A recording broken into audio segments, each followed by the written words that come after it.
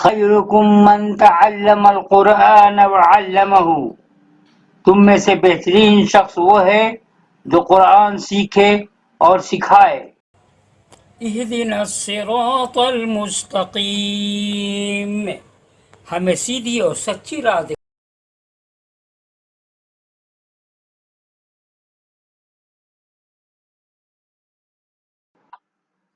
السلام علیکم ورحمۃ اللہ وبرکاتہ۔ دوستو، آج میں سورہ مائدہ آیت نمبر 44 سے لے کر کے انشاءاللہ تعالی 55 تک کی تلاوت میں نے کیا ہے۔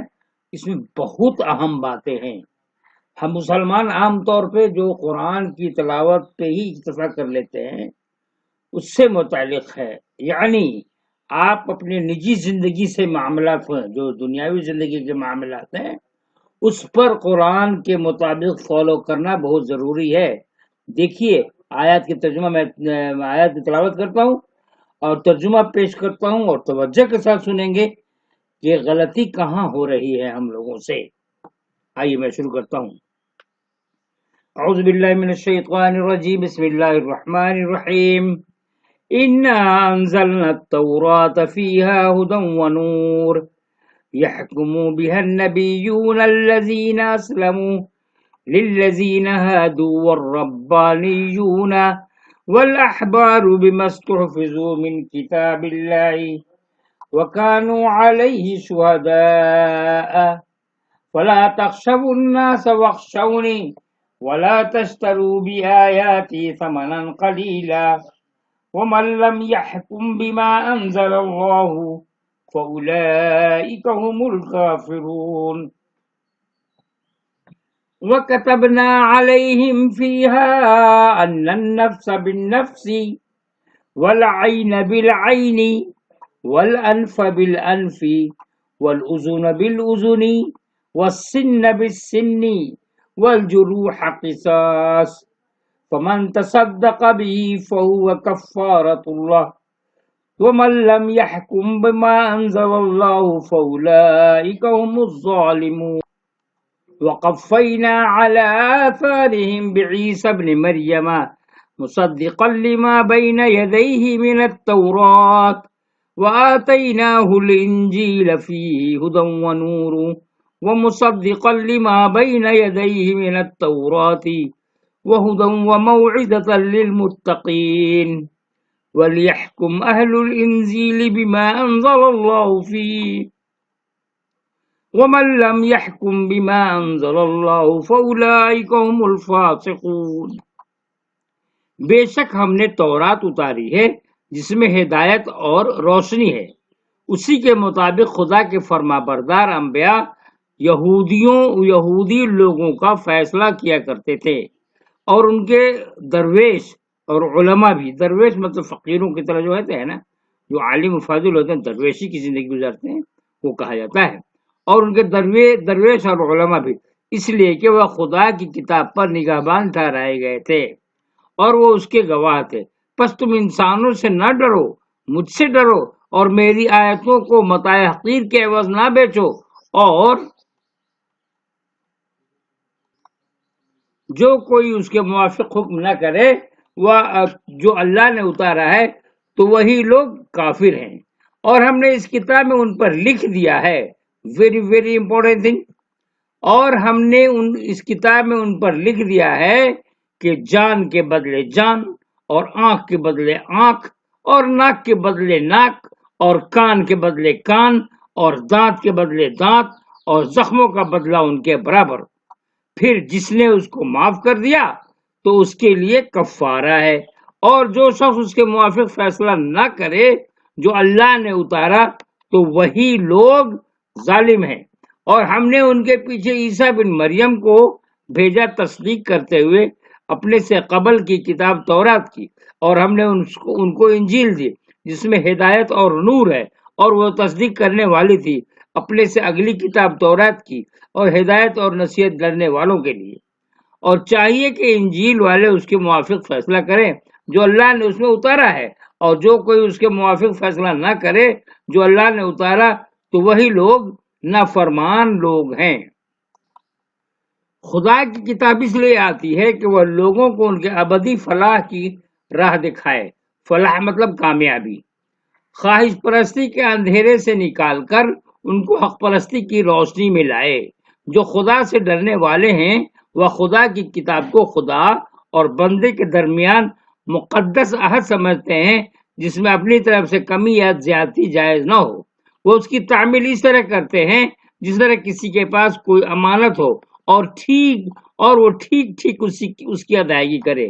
اللہ کی کتاب بندوں کے حق میں اللہ کا فیصلہ ہوتا ہے. ضرورت ہوتی ہے کہ زندگی کے معاملات میں اسی کی ہدایت پر چلا جائے اور باہمی نزاعات میں اسی کے احکام کے مطابق فیصلہ کیا جائے. خدا کی کتاب کو اگر یہ حاکمانہ حیثیت نہ دی جائے بلکہ اپنے معاملات اور نزاعات کو اپنی دنیاوی مصلحتوں کے تابع رکھا جائے تو یہ خدا کی کتاب سے انکار کیا مانا ہوگا. خواہ تبرک کے طور پر اس کا کتنا ہی زیادہ ظاہری احترام کیا جاتا ہو. جو لوگ اپنے کو مسلم کہیں، ویری ویری امپورٹنٹ، غور سے سنیں گے، جو لوگ اپنے کو مسلم کہیں مگر ان کا حال یہ ہو کہ وہ اختیار اور آزادی رکھتے ہوئے بھی اپنے معاملات کا فیصلہ اللہ کی کتاب کے مطابق نہ کرے بلکہ خواہشوں کی شریعت پر چلے، وہ اللہ کی نظر میں کافر اور ظالم اور فاسق ہیں. آئیے پھر میں اس کا ترجمہ تفسیر اس کو پڑھ دیتا ہوں.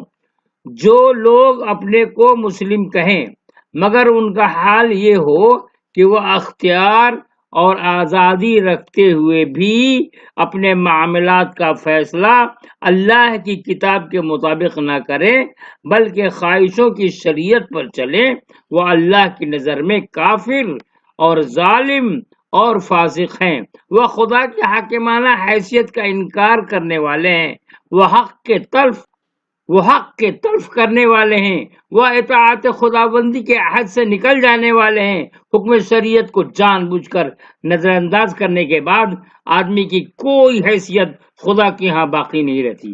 دیکھیے اللہ تعالیٰ کا قانون قصاص یعنی بدلہ. قصاص کے سلسلے میں شریعت کا تقاضا ہے کہ کسی کی حیثیت کے پرواہ کیے بغیر اس کا نفاذ کیا جائے. تاہم بعض معاملات آدمی کی جارحیت اس کی سرپرستی کا نتیجہ نہیں ہوتی بلکہ وقتی جذبہ کے تحت صادر ہو جاتی ہے. ایسی حالت میں اگر مجروح جارح کو معاف کر دے تو اس کی طرف سے جارح کے لیے ایک صدقہ ہوگا اور سماج میں وسعت ظرف کی فضا پیدا کرنے کا ذریعہ. یعنی مطلب یہ ہے کہ اگر کسی نے بہت زیادہ ظلم کیا ہو تو آپ ظلم کا بدلہ اسے اب لے سکتے ہیں، لیکن اگر معاف کر دے تو بہت بڑی بات ہے. آئیے آگے کی طرف قرآن کی تلاوت کرتا ہوں میں. وَأَنزَلْنَا إِلَيْكَ الْكِتَابَ بِالْحَقِّ مُصَدِّقًا لِمَا بَيْنَ يَدَيْهِ مِنَ الْكِتَابِ وَمُهَيْمِنًا عَلَيْهِ فَاحْكُم بَيْنَهُم بِمَا أَنزَلَ اللَّهُ وَلَا تَتَّبِعْ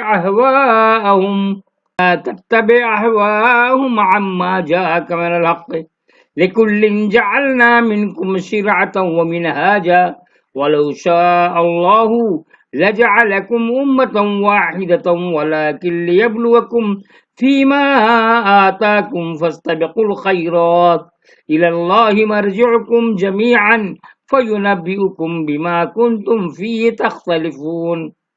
اور ہم نے تمہاری طرف کتاب اتاری حق کے ساتھ، تصدیق کرنے والی پچھلی کتاب کی اور اس کے مضامین پر نگہبان.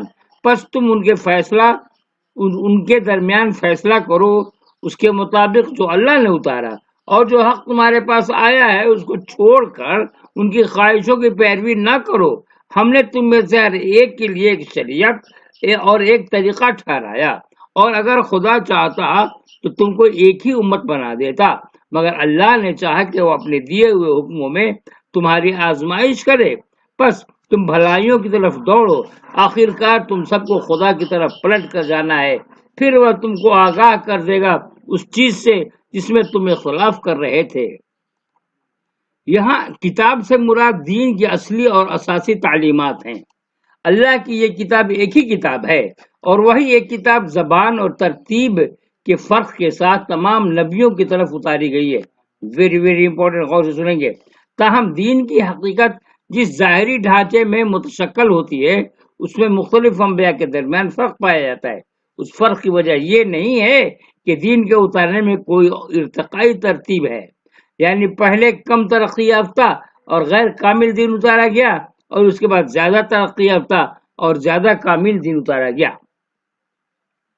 اس فرق کی وجہ خدا کی حکمت ابتلا ہے، نہ کہ حکمت ارتقا۔ قرآن کے مطابق ایسا صرف اس لیے ہوا کہ لوگوں کو آزمایا جائے۔ زمانہ گزرنے کے بعد ایسا ہوتا ہے کہ دین کے اندرونی حقیقت گم ہو جاتی ہے اور ظواہر و رسوم مقدس ہو کر اصل بن جاتی ہے۔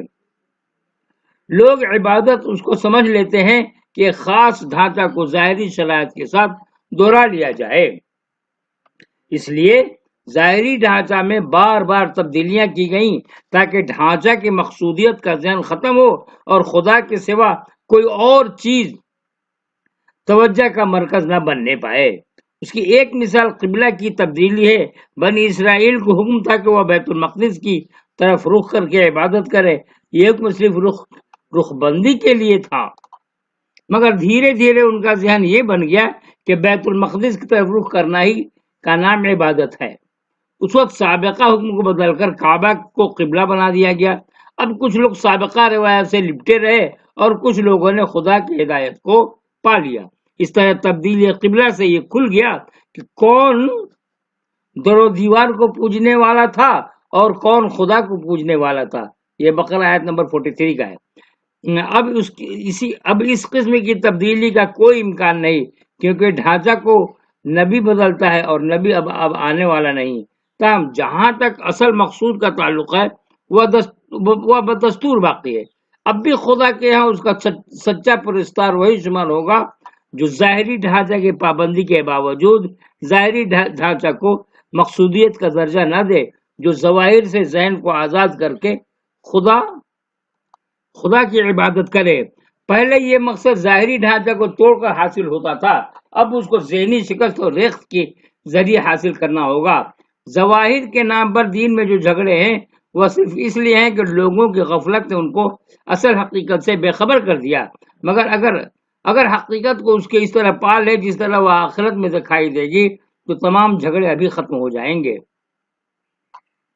وَأَنِحْكُمْ بَيْنَهُمْ بِمَا أَنزَلَ اللَّهُ وَلَا تَتَّبِعْ أَهْوَاءَهُمْ وَاحْذَرْهُمْ أَن يَفْتِنُوكَ عَن بَعْضِ مَا أَنزَلَ اللَّهُ إِلَيْكَ فَإِن تَوَلَّوْا فَاعْلَمْ أَنَّمَا يُرِيدُ اللَّهُ أَن يُصِيبَهُم بِبَعْضِ ذُنُوبِهِمْ وَإِنَّ كَثِيرًا مِّنَ النَّاسِ لَفَاسِقُونَ أَفَحُكْمَ الْجَاهِلِيَّةِ يَبْغُونَ وَمَنْ أَحْسَنُ مِنَ اللَّهِ حُكْمًا لِقَوْمٍ يُوقِنُونَ۔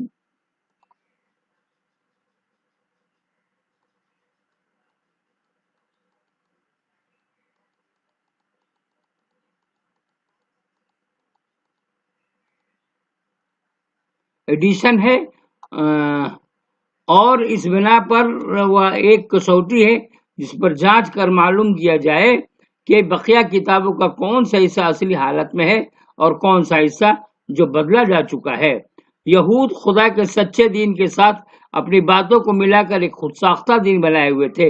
اس خود ساختہ دین سے ان کی عقیدتیں بھی وابستہ تھیں اور ان کے مفادات بھی، اس لیے وہ کسی طرح تیار نہ تھے کہ اس کو چھوڑ کر پیغمبر کے لائے ہوئے بے آمیز دین کو مان لیں۔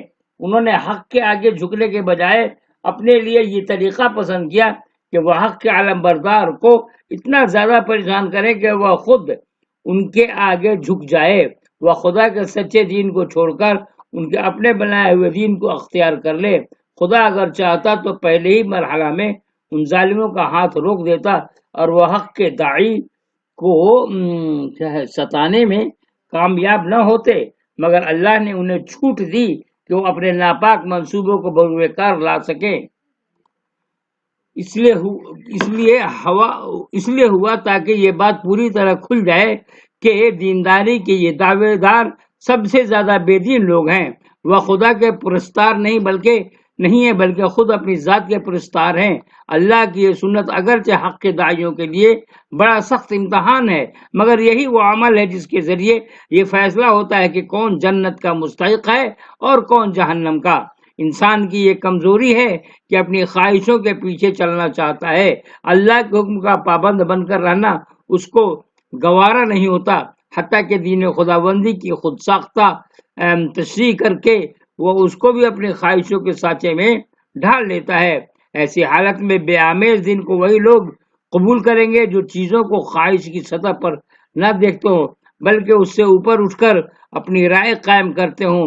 اللہ کی بات بلا شبہ صحیح ترین بات ہے، مگر موجودہ آزمائشی دنیا میں ہر سچائی پر ایک شبہ کا پردہ ڈال دیا گیا ہے۔ آدمی کا امتحان یہ ہے کہ وہ اس پردہ کو پھاڑ کر اس پر یقین کرے، وہ غیب کو شہود میں دیکھ لے۔